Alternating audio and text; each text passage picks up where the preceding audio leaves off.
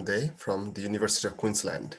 Today I'm going to talk about our latest research where we have tried to measure presence using neurophysiological signals.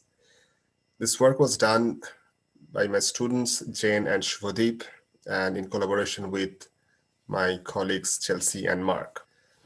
Presence is an important phenomenon in virtual reality, which is defined by the feeling of being there.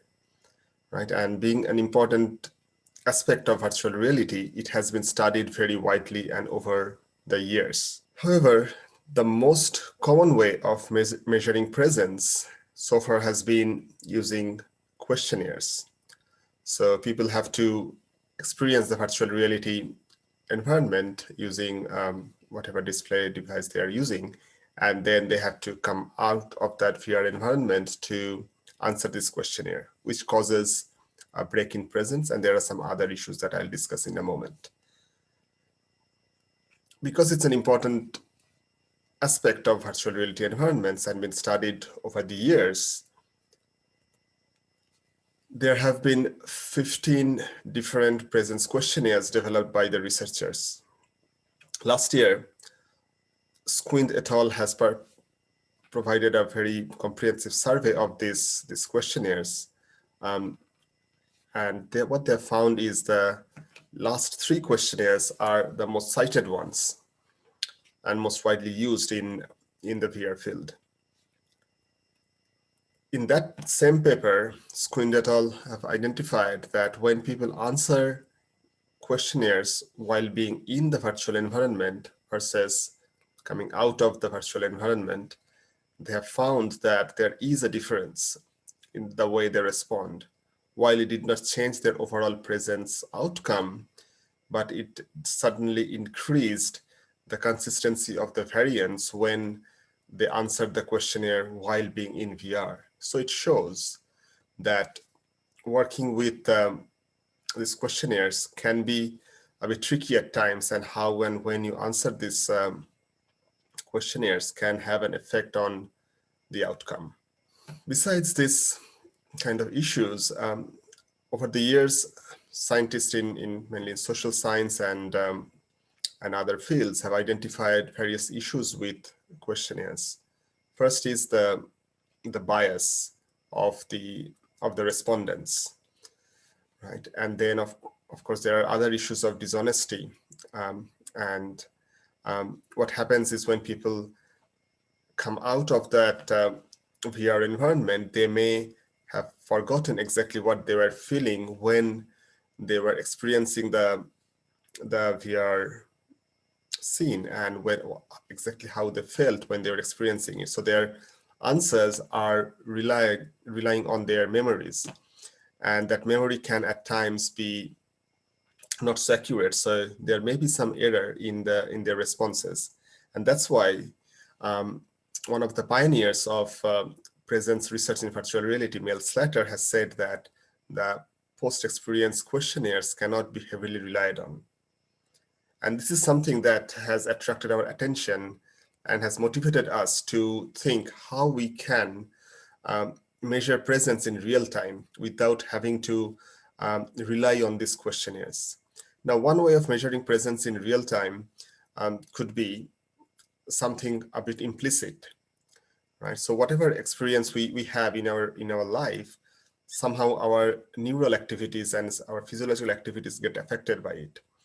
So we thought, is there a correlation, or is there a footprint of neurological and physiological signals in terms of presence in VR? Or investigate this further, we have designed a study. We created 2 different versions of a same environment, a calm environment where we have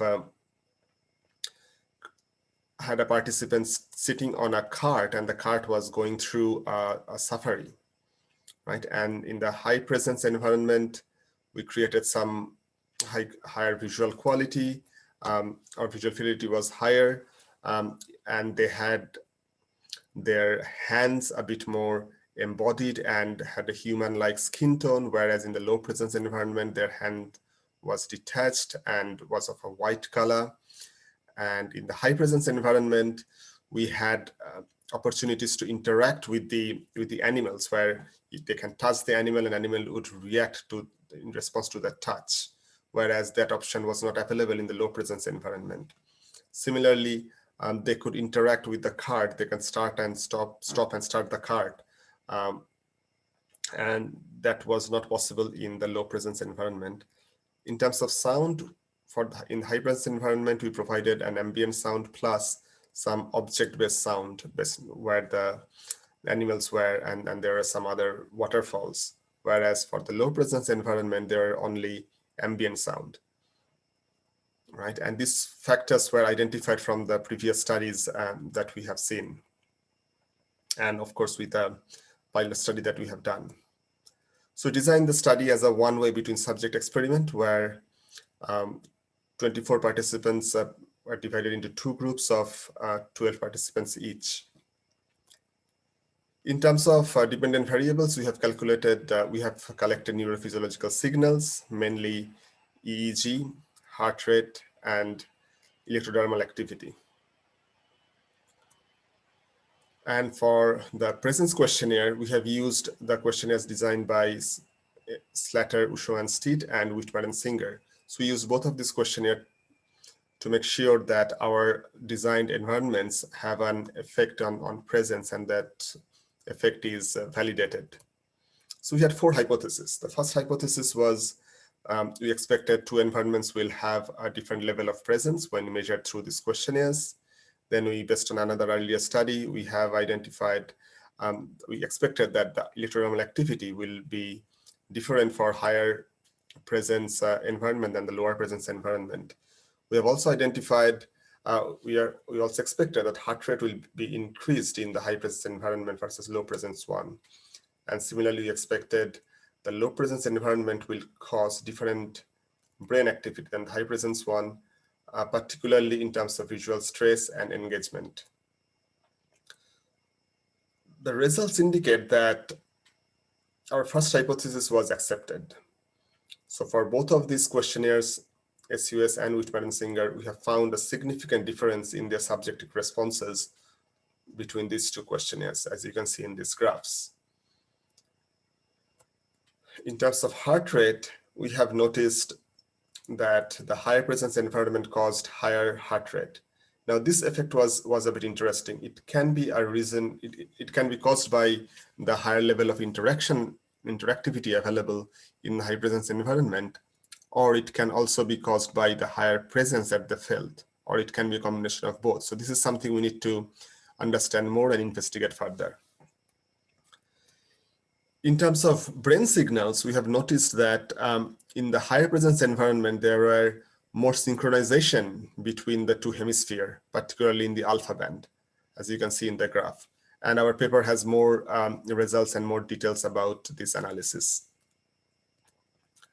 We have also noticed there are some significant differences between their neural activity and between these two environments. As you can see in this heat map, in the time frequency domain, in the high presence environment, which is the bottom graph, that it has more neural activity than the low presence one. We have also noticed that high presence environment causes higher theta and beta activities in the frontal region of the brain, which is linked to improved concentration and attention. Similarly, high presence causes less neural activity in the occipital region, which indicates that there are less visual stress involved in the high presence environment. For the parietal region, we have noticed higher alpha activities, which shows lower simulator sickness when the presence was higher. So overall, what we have identified through these studies is that there is a measurable neurophysiological effect of presence, and it varies between the two different level of presence. However, our study had a few limitations. First, our environment that we designed, it was a calm environment, and there are other environments possible in VR, and we haven't studied those. The EEG headset that we have used only had 14 channels. If we have used medical grade higher more medical grade EEG devices with more channels, then we can probably identify more neural correlates of presence in VR.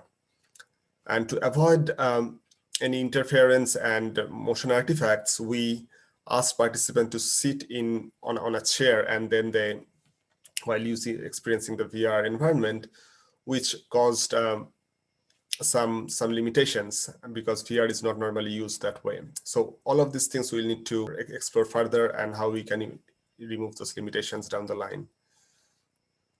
Thank you very much for your attention. I'm happy to answer any questions.